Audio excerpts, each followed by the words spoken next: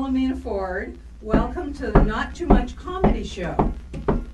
And today we're going to talk a little bit about our backgrounds. And I came from horses. I'm not sure where you came from. I came from a mother. What's your excuse? But this is the best thing I have right now for a horse. This is a horse. Huh? So, and the closest thing I could find to a cowgirl outfit. And I invited Carl to join me on his pony. On a pony, huh? Yeah, so This is a phony pony. introduce yourself, Carl. My name is Wilhelmina. No, you're Carl. You are confused, aren't you? I am confused. I'm Carl Bradfield, a Christian combat veteran for Jesus. I'm a screenwriter, an author, a retired martial arts instructor. This is what we used to call the martial arts. That's the horse stance. I'm also, I was a runner. And wait a minute now. We're not going to do the whole life story now. We'll talk about our childhoods. We need to go back cool, to kid. We'll Sid. talk later. Anyway, you continue. Ooh. Did you... just introduce yourself. That's all I asked. Hi, I'm Carl Bradfield. Okay. And this is the Not Too Much Comedy Show. And it's starting out that way. Okay, let's go sit down. Okay, Carl. Alrighty. Yeah. There, get out of the way. Oh, okay, you gotta sit down. I don't think I need the cowgirl hat anymore. Take that off. Well, I gotta squeeze into this little seat here. Now you're supposed to have come up with a story about your childhood. Okay. Can you face me a little bit? So I felt like I'm facing your back. All right. Shooty. Okay, I have a Boy Scout story. It's an unusual Boy Scout story.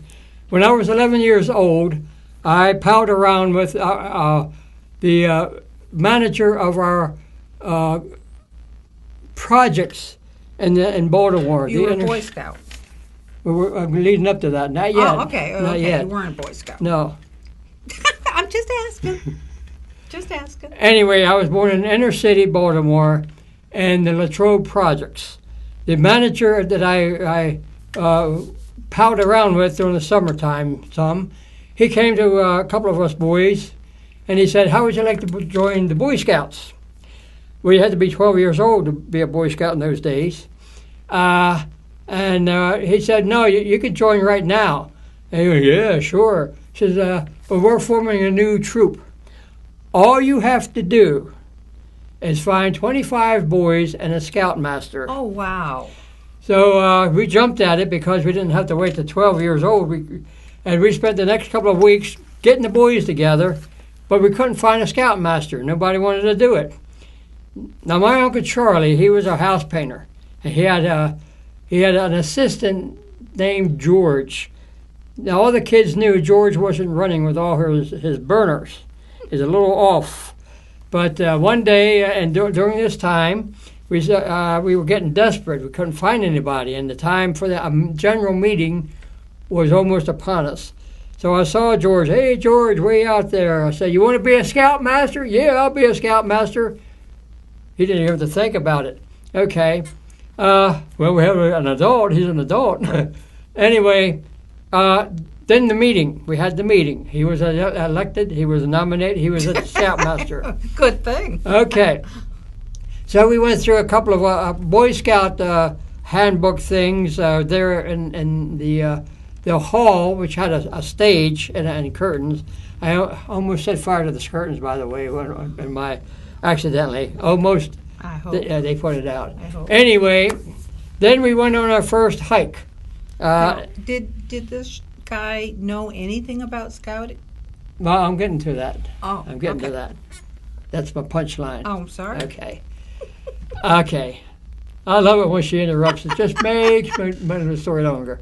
We went to an area west of Baltimore called the Patapsco State Park, a big area. A lot of people camped out there for our first camping experience overnight. This is an area that also had a lot of train tracks. very heavily trafficked with trains. And during our hike, the next morning we had to camp out. We spent the night there to cook out. The next morning we went on a hike and wound up on the railroad tracks. And my dad had told me, as many fathers used to say, when you see shiny tracks, Busy. it's busy, right? I mean, you don't have to tell anybody this it's not tracks that are not being used anymore. Now we're hiking along there, and way up ahead was a tunnel, and all the boys were in tune to this. George was the only one not in tune with us. Your master. And yes, the scoutmaster. And I said to him, because I'm the one that got him, I felt a little, like I'm responsible for him. George, trains run on these tracks. Now there's like 3 sets of tracks, okay, all shiny as a brand new nickel. And he said, trains don't run on these tracks anymore. And I said, yes, they do. Okay, well, anyway, we kept getting closer to the tunnel entrance, and the sides, the wooded sides kept getting steeper too. Too steep almost to climb up. And I finally said to George, when are we going to climb up? Because they get steep. He said, oh, we're not climbing up, we're going through the tunnel. I said, I'm not going through that tunnel. The boys said it too. He says, I'll make it go through the tunnel. So I'm not going to do that. If a train comes, you lay down in the middle of the track and let the train run over you. He was serious of this. Oh, my God. And I said, I am not laying down in the middle of a track while a train runs over me. He said, well, then I'll have to force you down. I said, how is that going to prevent us from getting mangled?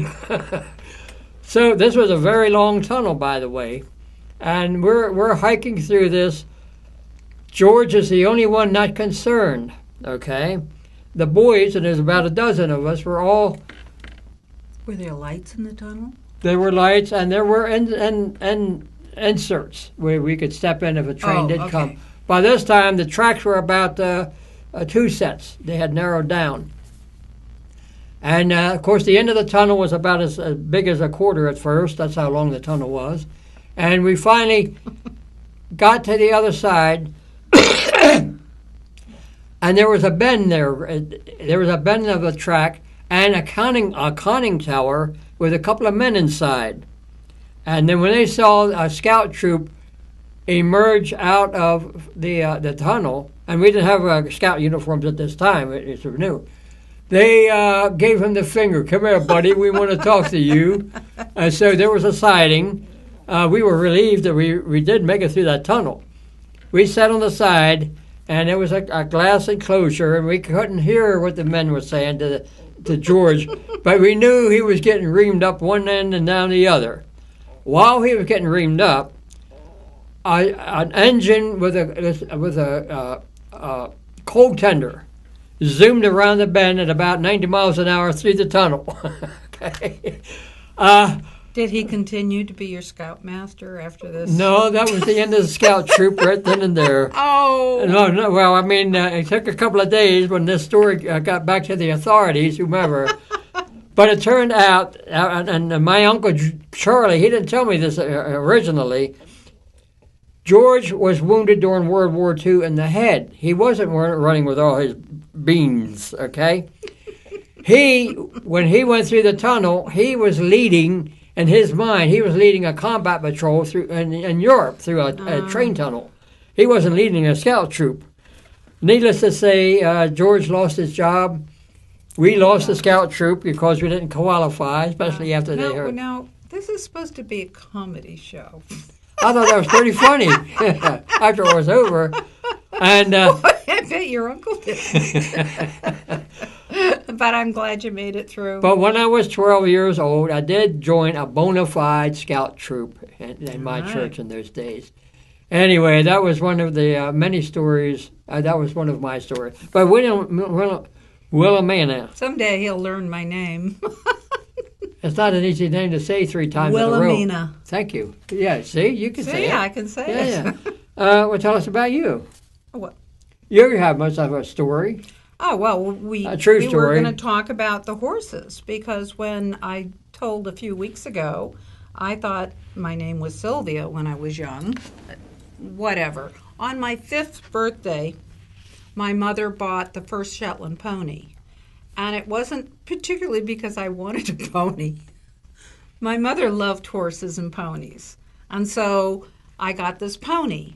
By the time I was 6 years old, we had 2 ponies. And yes, 2 ponies. And that was the first year that I gave pony rides.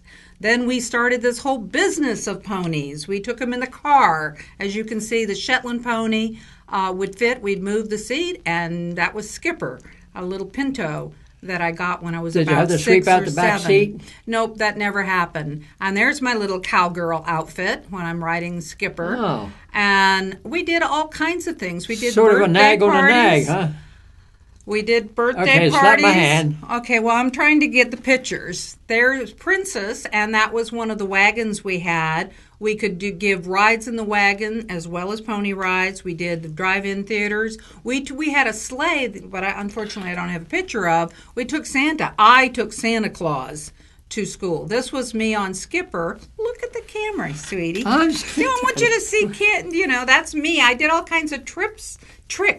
I did tricks on Skipper. You mistreat that pony? I was about 7 or 8 years old there. Yeah, that was a good pony, and that's Princess. With the long hair. Did you ever have a horse to get horse? This was in Maine, which is pretty cold. He's got a mane. Yes, he's got a long mane there.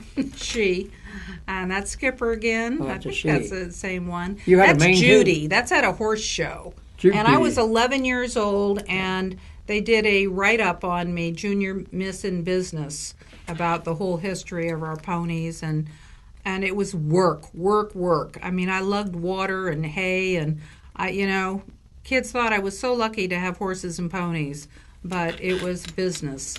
This is when I was 16. This was my Palomino. This was Lucky Charm, who I watched being born. I watched a lot of the ponies being born.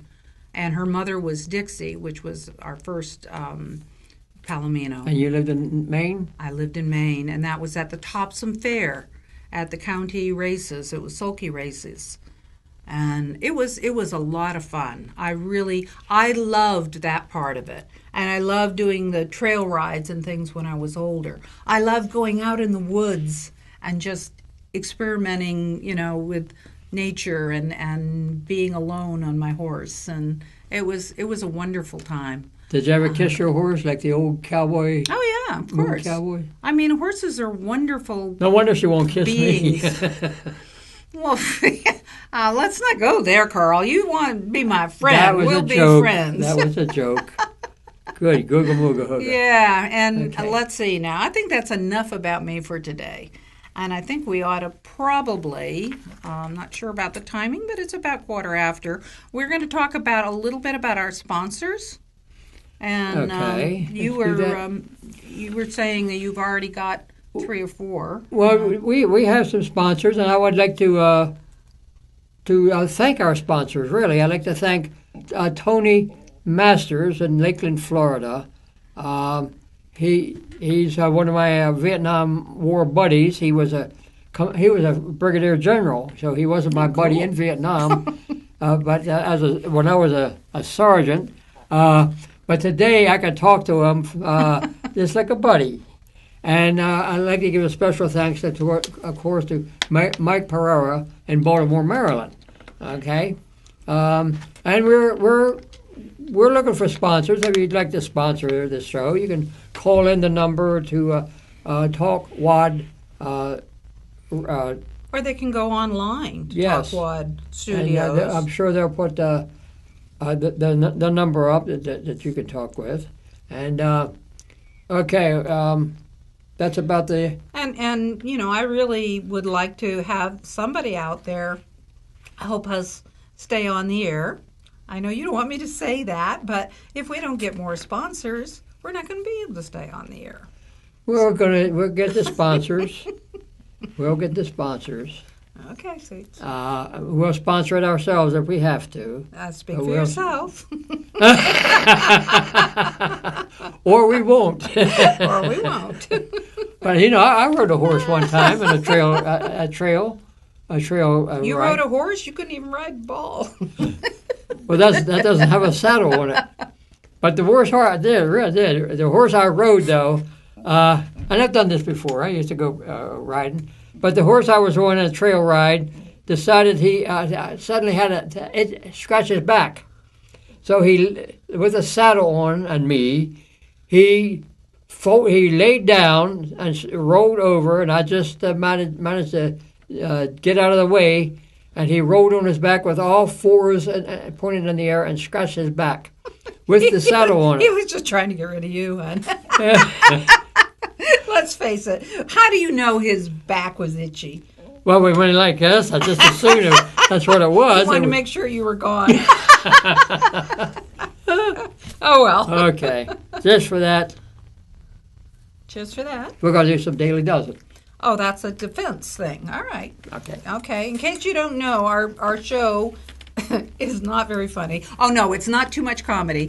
But we also, we talk about health, nutrition, exercise, and defense. Well, I'm going to take this jacket off. And, well, I'm going to take my shirt off, too. Oh, boy. So- Come here. Oh, Can I honey, watch? I have another shirt on. Silly. No, I'm Yeah. taking mine off. They're not watching you. Well, I don't know if I'm going to be they're able not to watching me. do what you want me to do in these cowboy What do I have boots. in their pocket? I don't know. Oh, that could Okay. be challenging. All right. Now, what we're going to do is the Daily Dozen. We were up to number Our heads 3. Are, That our we heads did. are a little cut off here. Let's see if we move back a little. Da-da. Okay, ta-da. I think you ought to take a step that way, so we don't run You want me into to each get other. out of the camera? No. Just that we're going to do this. And then you can stand next to me, but we don't want to bang fingers. Okay, It hurts. okay. Okay, the Daily Dozen. We're going to do the first 3 very quickly. Oh, wait a minute. Oh, okay, we're just going to brief, Yes. yeah, refresh. Now, the Daily Dozen is part of my defensive exercise series. These are exercises. Most people will never be attacked in their whole lifetime. Some are rarer. Some get attacked more often than not, especially if you're born in the inner city. But Or if you're offensive. we do exercise all the time. So what we're going to do is the first exercise, and we're only going to do a few. You have to do them as much as you want. Okay, the first is a warm-up, which is spreading out. All right, yeah, we'll do this so we don't wrap. And move our hands, our arms. Fly away. You know. This is just warming up now. Then we're going to do about 10 now. Then we widen it out all the way. Okay? And if we collide, I hope she yells before I do. Okay? Then reverse this. Back this way. That's all we're going to do right now. Then we'll bring it in front again, in front of the body. Now you can just about see what this would do for defense. Flying away. Okay, but right now it's the exercise. And we're going to drop our hands and shake it out because we want to move along into the next exercise, which is, remember this one? It's the hand, the left, we'll start with the right hand to the opposite shoulder and Oh, cross twist. the eyes. A twist at the waist as you do so. Okay? That's right. Go ahead. You go ahead. I was going to try to catch up to you, actually, so we stay together. Okay. Now, try to keep your trunk as much as. Where are the new ones? Hang on. Just hang, and never mind one. Okay. All right. We're going to do this. Now, we should be doing this about 30 times. Like fly. Get that fly out of here. Okay, that's. But crossing your eye because you'll use this eventually. Oh, she pooped out at the I'm party. just going to hang. Next exercise. Yes. Next exercise that we did at the Daily Dozen is this one. Remember this one? Mhm. There's your watch. Okay, I forget And this it. again is another waist exercise, and it does have a defensive move, as she found out. As Yeah, we're not doing that again. well, don't kick me at me. I want to do the new stuff. Well, it's only going to be one new stuff because we want Oh. everybody we want to see what you have. Do you have anything? What? I don't do defense. Exercise. I'm defenseless. Don't you? Yeah, sure you are. Okay. Now the reason you're pulling this up under your armpit, the opposite hand, is to stretch the opposite love handles, for lack of a better word, okay? And again, all these exercises should be, stop. All these exercises are basically for the waist, but they're also defensive moves, all right? The new one we're going to do, number 4 on the scale of 12. Basically what we're going to do is turn, this is another waist exercise, this way and then the opposite way, all right? Now I'm going to show you what this might do. I'm going to stand in front of my favorite girl here. You're going to touch me? Yes, I want you to, I elbow you? I want you to come. Is that the idea? Pardon me while I take care of a little. You know, you're cutting me off completely. I want you to bear, Hey! I want you to bear hug me, baby. Hug me, underarm. Do I have to? You have to. I have to hug you. Put your arms You didn't around tell me. me that. Put your. Jeez. That's Okay. that's the idea. Now, well, watch. Well, I'm going to do this easy now. oh, you're going to elbow me? Well, you see? Okay. Tools off. Here, okay. Am I supposed to? Ow!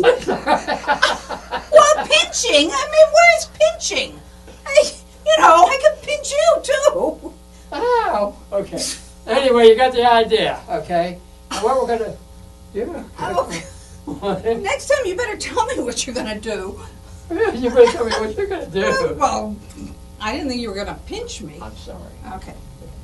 All right. Because I was sorry when I threw on the floor too. But Yeah. all right. He's always Again, sorry. here we go. Here we He's go. very sorry. Are you ready? Ready for what? This. Oh! The exercise. Oh, is this? I showed you the defense what it's for. Now we're gonna. Am I supposed to be hugging somebody in this No. You're the defender in this case.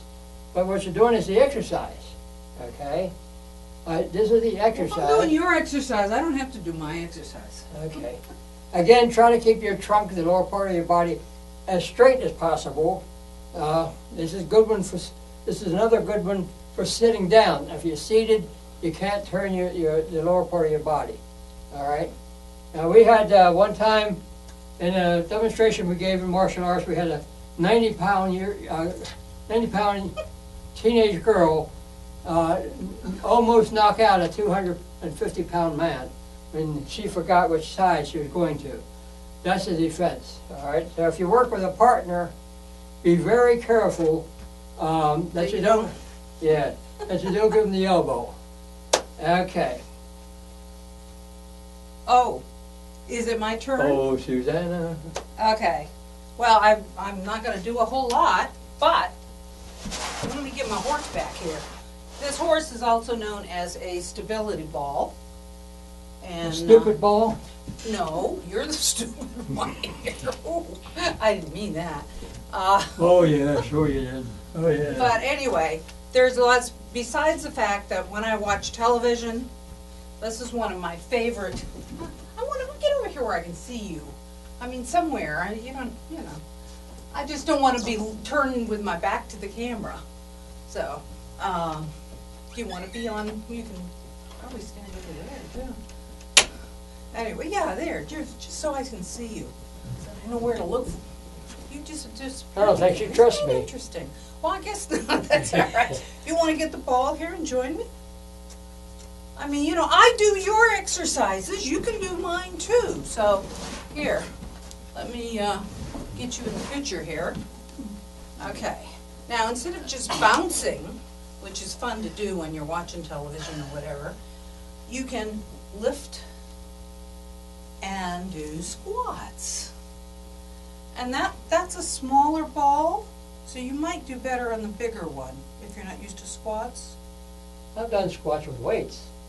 All right, fine, do that one then. I was trying to be kind. What kind are you? Okay. Nice. Oh, our heads are getting cut off. Well, we could just stay seated. We look good without heads.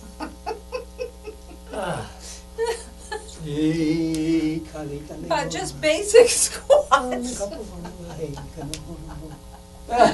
I feel like a couple of pistons. Let's get together with this, will you?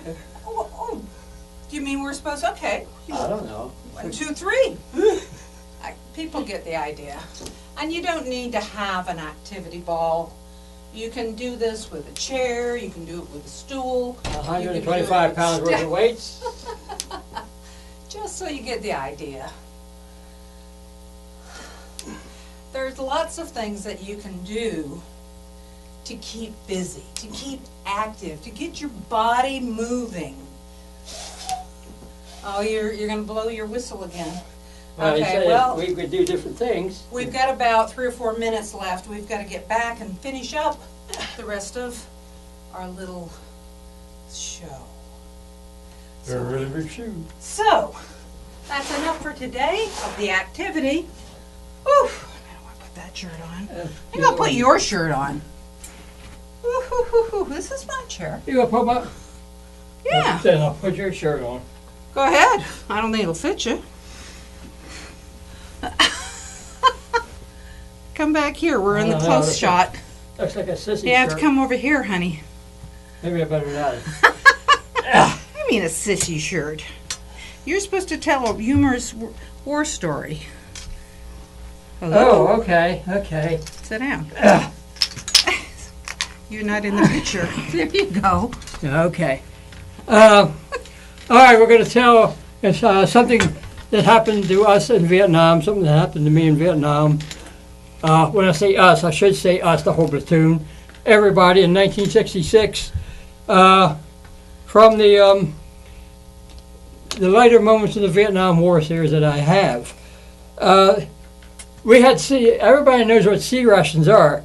Sea rations was our food, in cans.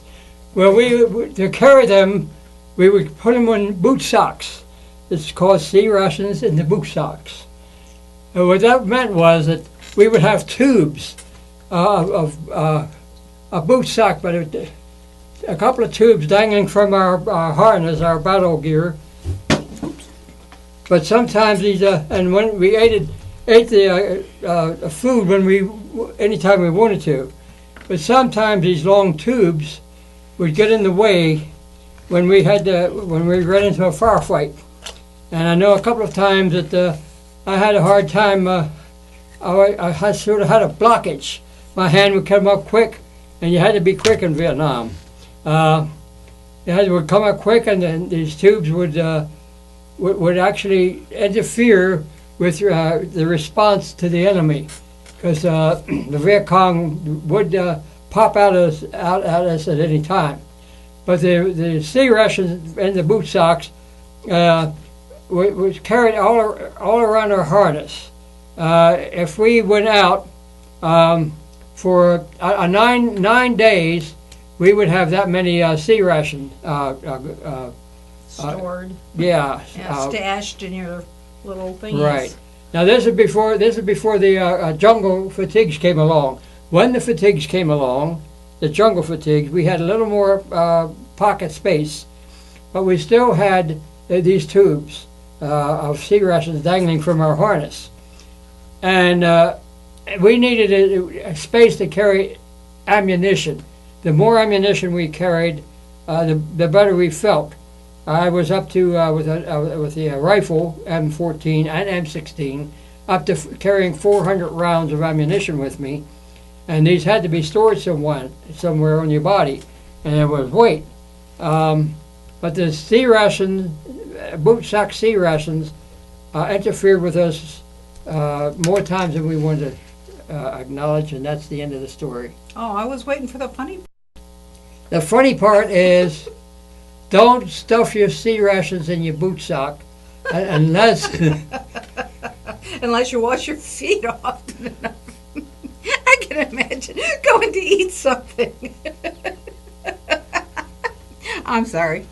Listen, that whole country stunk. It wouldn't matter one different. Okay.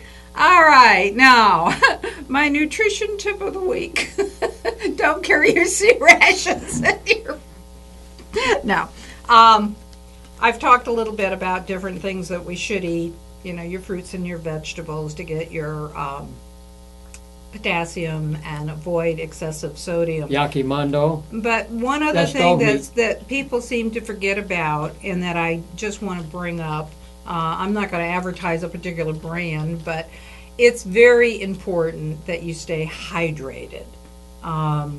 Drinking water, you should drink as much water as you're comfortable. I mean, different people, I'm not going to tell you to drink 10 8-ounce glasses a day. Some people just don't do that much, and other people do a lot more. I generally do a lot more. But it's very good to keep your kidneys functioning, to flush out all the junk that we eat, to keep water, not soda, not even diet soda, water, H2O. Good, clean water. I'm a is milk the drinker. Best, You gonna a pickle what m- drinker? I'm a milk drinker. You gonna pickle milk?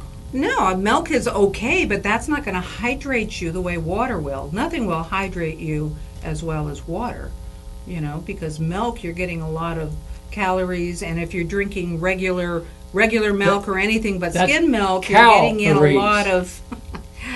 Okay, well, I've said my piece, and my thought for the week, okay? We've talked about looking for the good and feeling good, and it's all good. And this today, for this week, I'd like to talk about being grateful. If you want to be happy, if you want to enjoy life, and you do look for the good, you're going to appreciate things. And the more you appreciate things, the more you're thankful for things, the happier you're going to be. And sometimes I can just go on a rant. I mean, it's great to every day write down 10 things you're thankful for. But sometimes I'm just driving down the road and I'm thankful for the lines. I'm thankful for signs. I'm thankful for my vision. I'm thankful. I'm thankful to the Lord for my survival from the slaughter fields of Vietnam. Just this week, I was reminded from my email buddies of one guy that was died in my place, basically. And I'm thankful for that. That not that he was killed, that I wasn't. Okay, and I'm thankful for exercise, and I'm thankful for the sun, and I'm thankful for this show, and the fact that we can laugh. Yeah, and I'm thankful for your jokes. Some of them are better than mine. You're the funnier one. You're funny. You're funny. You're funny. All right. Well, okay. Okay, now what we're going to do is say goodbye. No, we're not. It's time. Is it time? Yes, it is. Is it time? Yeah. Oh, no. Okay. Well, what is it you want to do? Say goodbye. I told you that. Bye. Wrap it up. I hope you've enjoyed the show, and I hope that we get to see you next week if we're still on the air. Are we? If we're still in the air? You have a lot of error. Okay, let's just end this while we can. Watch that hand, kid.